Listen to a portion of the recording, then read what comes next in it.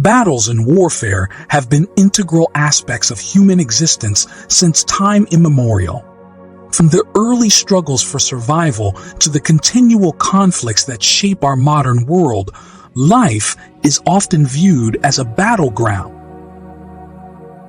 In this disorderly landscape, the weak can become prey if they are unaware or unprepared for the battles that lay ahead.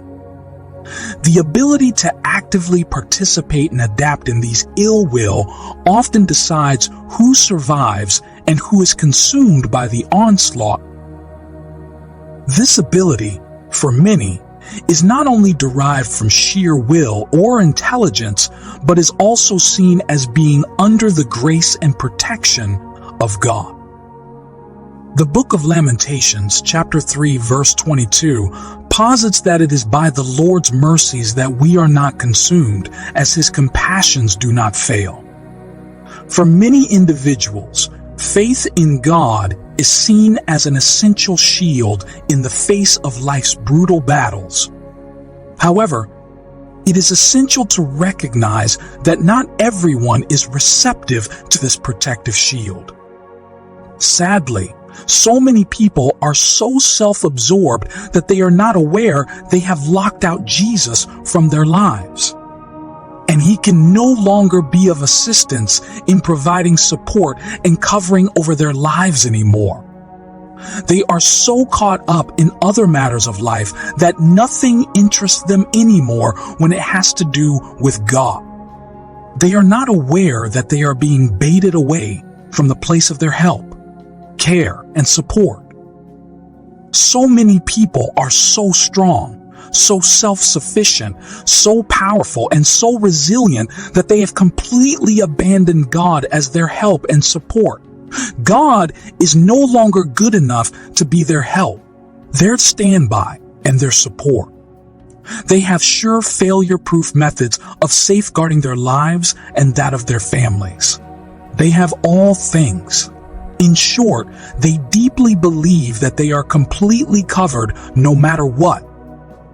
They seem to have forgotten that safety is of the Lord alone.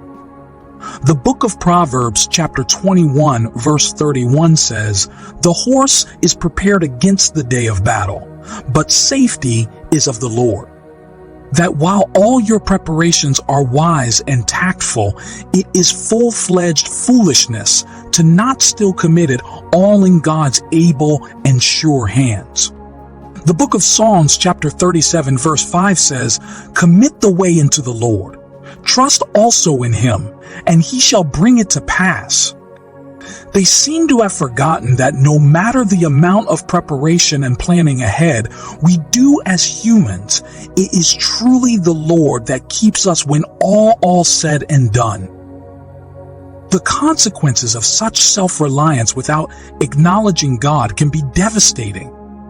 When hardships hit, as they inevitably do, those who have distanced themselves from faith may find that their self-constructed safety nets are not enough.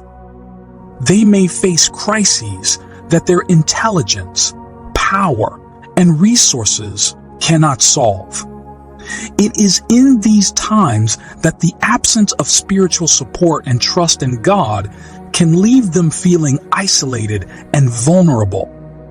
Life's unpredictability has a way of humbling even the strongest among us, and those who have turned away from acknowledging any support beyond their own might find themselves woefully unprepared for the storms they face. Recognizing the importance of balance between self-reliance and spiritual faith can be a turning point. It is not about abandoning your own strength, but complementing it with the understanding that there are forces beyond human control.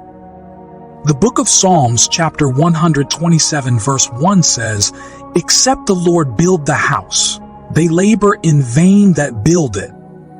Except the Lord keep the city, the watchmen working, but in vain." You have fought a brave and admirable battle. You have stood your ground. You have kept yourself by grace. You have struggled with all the difficulties. The storm, the deluge of discouragement, pain, and hurt. So many people have left you behind. You really feel that the battle of the whole world rests upon you. You have been pressed so heavily under the weight of this sad case. You have become a beacon of the injustice of this world. So many people see you now and pity you. Why shouldn't they? You look broken, hurt, beat down over, tempted, and out of your depth. The word of God that says that you cannot be tested and tempted beyond that which you are able to bear seems not to apply to your situation at all. The book of 1 Corinthians chapter 10 verse 13 says, "No temptation has overtaken you except what is common to mankind. And God is faithful. He will not let you be tempted beyond what you can bear. But when you are tempted, He will also provide a way out so that you can endure it." The pivot of temptations and battles seem to be heavily leaned upon you.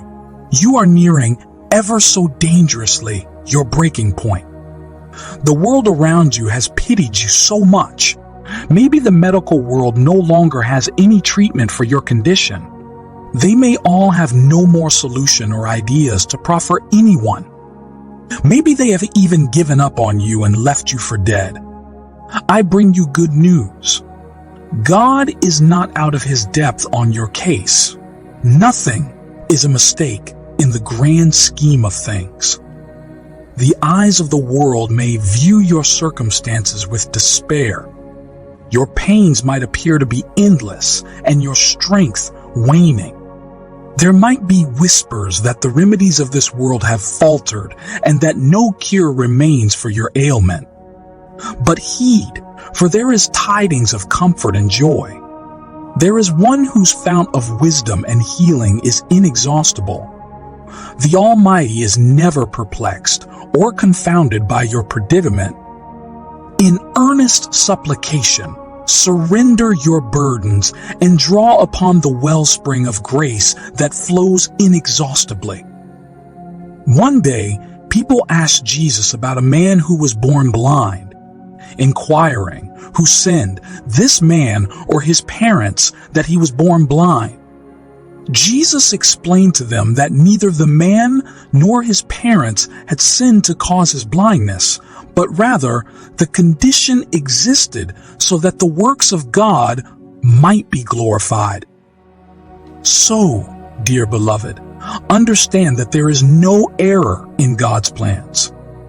You find yourself where you are today, perhaps in a disadvantaged position, in a state of illness, or facing reproach. This is not necessarily because you or your parents did something wrong, but it may be so that God's name will be glorified when He intervenes in your situation. The doctors may have exhausted all treatments and methods to salvage the situation, and this could be because God does not wish to share His glory with anyone. As stated in the book of Isaiah, chapter 42, verse 8 says, "I am the Lord. That is my name. I will not yield my glory to another or my praise to idols." God is so protective of His glory that He would prefer a situation to remain unresolved if someone else would take credit for the resolution. The book of Isaiah, chapter 48, verse 11 says, "For my own sake, I do this. How can I let myself be defamed? I will not yield my glory to another." Therefore, it is imperative that you be very deliberate in giving credit and glory to God with thanksgiving. God is focused on furthering His cause alone, and any plan that does not align with His will is destined for failure, regardless of the effort or resources invested in it. Dear beloved, do not lose hope as regards to that situation of yours. God may be isolating you from all the plan Bs you had conceived in your heart, so that He would show up in that case and stun all with the miraculous work of His hand. Through His mighty intervention, your situation could turn into a testimony that leaves an indelible impact, not just on your life, but on the hearts of many. As the fabric of your life takes on new patterns under God's graceful touch, let this be the time when your faith is fortified. Be vigilant and patient, for when God acts, the chains that held you are broken, and the shadows that clouded your vision are dispelled by the radiant light of His glory. Let the unfolding of God's plan for you be the harbinger of hope, grace, and endless possibilities. He is truly a specialist at helping the forsaken and helpless.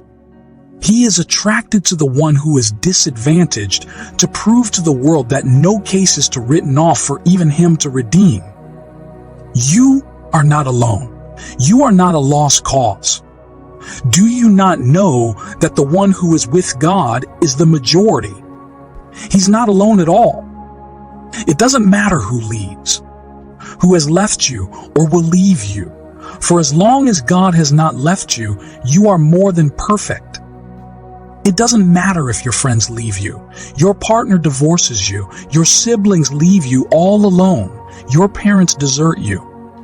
Even in the darkness of this battle, where the news of death, danger, and peril arise daily, it is the Lord that sustains a man and preserves him in the day of battle and beyond. Most of the time, you cannot see everything that besieges you.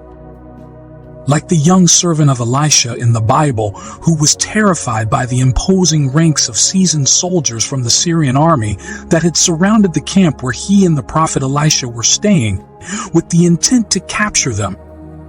It was only natural for the servant to be scared. They were just two individuals up against an entire army.